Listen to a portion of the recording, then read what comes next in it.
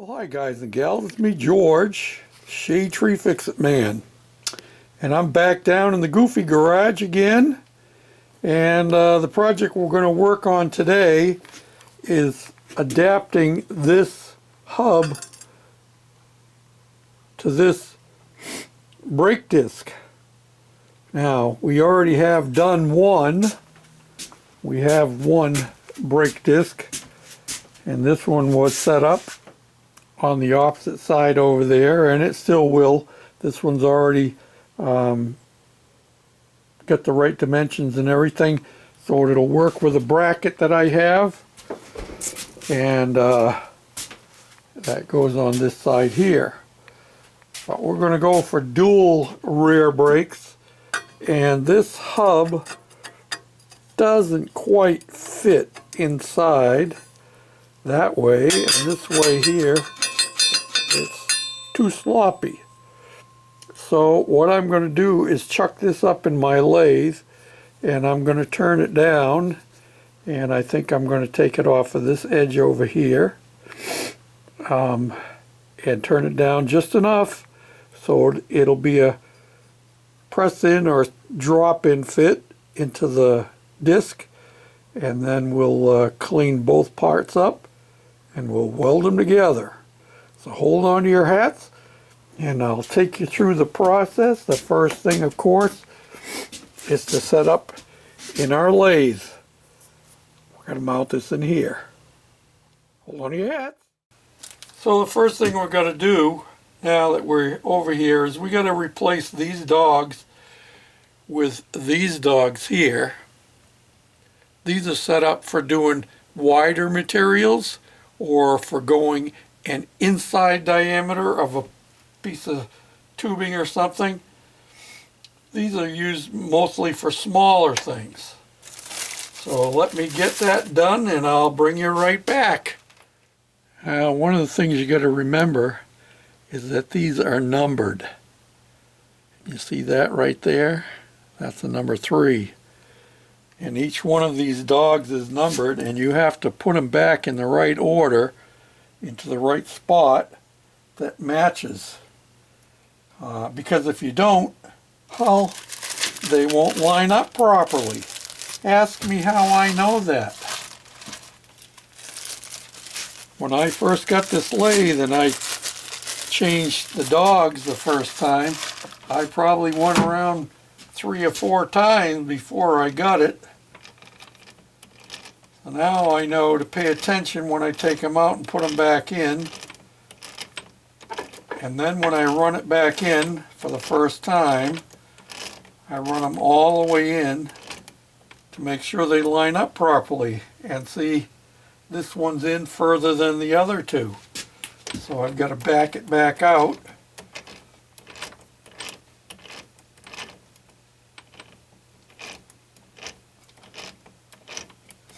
It's off by 1 tooth, and that's all it takes. I'm no machinist, and I learned these things the hard way, it seems. There, now.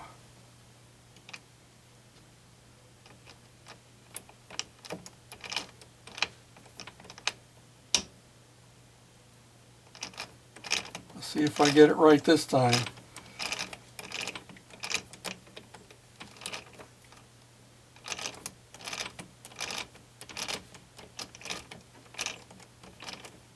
Looks like it's close from the outside. That one's about flush. Each one of these is about flush on the outside, so they should be lining up in the middle. And there you have it. I got it right this time. So now, won't fit in there, so we got to back it out enough. We're going to turn it from this side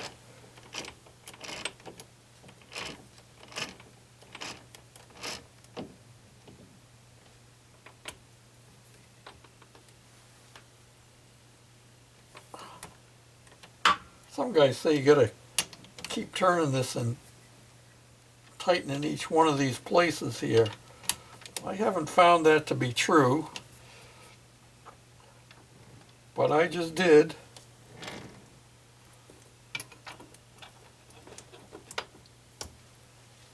Now, let me turn it on. I'm going to have to step in front of you for a moment. So let's turn it nice and true. So we're ready to go. I'm going to get this set up. Get my cutter set up, and I'll bring you right back. I took a measurement on the inside of the rotor. So that's the outside diameter that I'm going to want on my adapter here. Okay, I've already taken one cut, and so 2.21 inches, and this is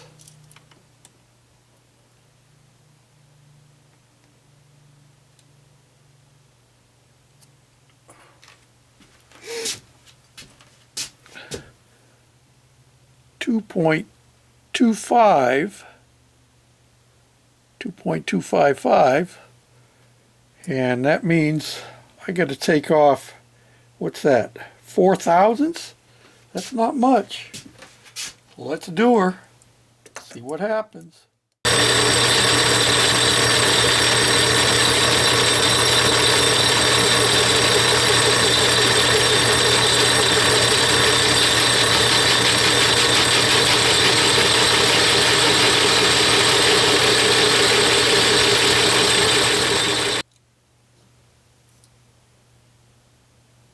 We just took off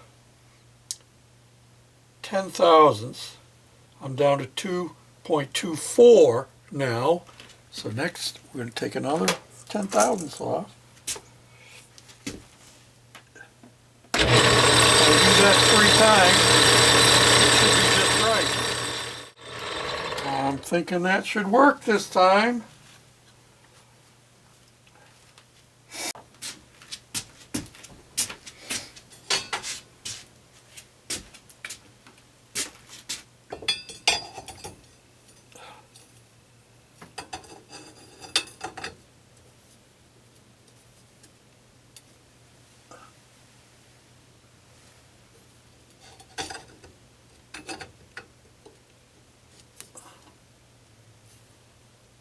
Yep, it'll go. It'll go.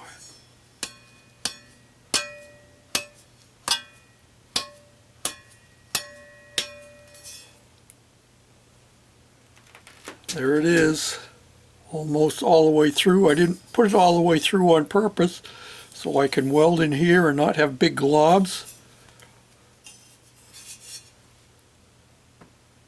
There it is. Alright, now the next thing to do is for me to clean this up and clean this so I can weld it, and we'll put a few tacks around it first, and I'll double check it and make sure it's running true. Hold on to your hats. Okay, now the proof is in the pudding. I have set it up on the end of this axle, and we're going to spin it and see if it turns true or not. And if I have to tap it in one place or another to get it perfectly true, we will.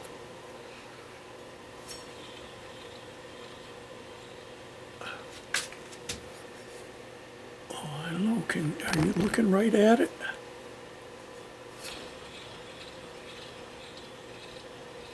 Got a little bit of a run out. Now the question is that run out because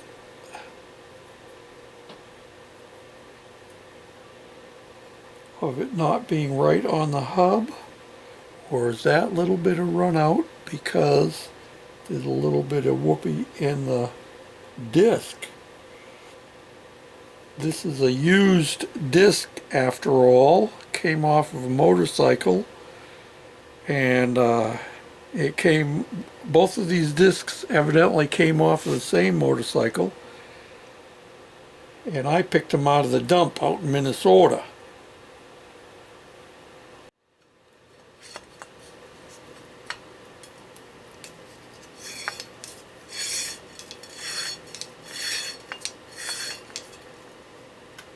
Yeah, because I could back off that caliper. The caliper will back off enough.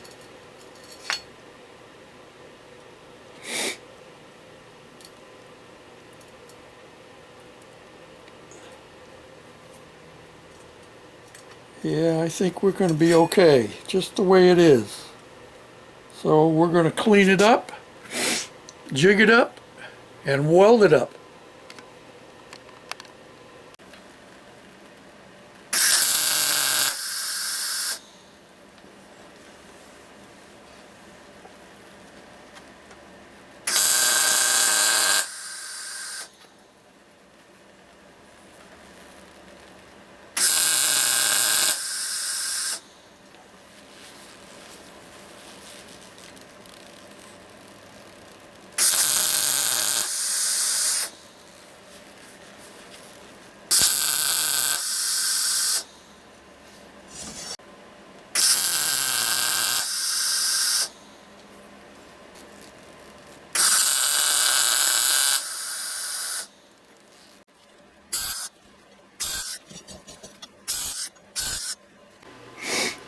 Well, there it is, all in place, just sitting in place.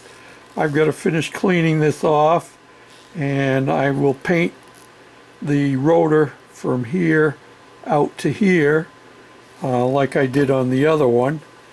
And now my next chore is to fabricate the mount for the caliper, and I've got to reroute my hose, but I got to figure out where I'm going to mount the master cylinder too. And somehow I've got to come up with a solution for getting linkage from the other side over there, which you can see comes back along the frame. If I get you to zoom in, right there, that rod goes back, and you can see where the other master cylinder is over there. So we'll have dual master cylinders with a different cylinders for each rear brake. It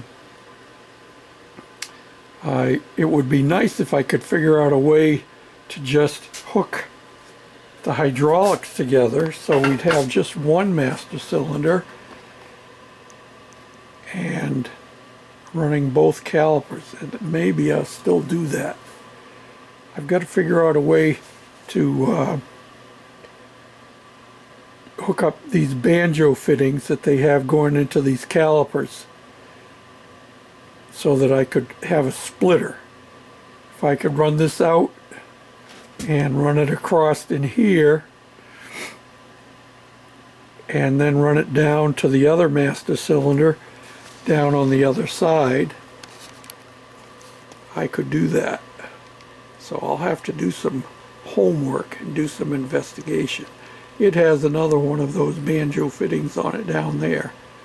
So that's for this project for today, but I'm going to show you something else I've been working on over here. Not done yet. I covered it up while I was doing the welding and grinding.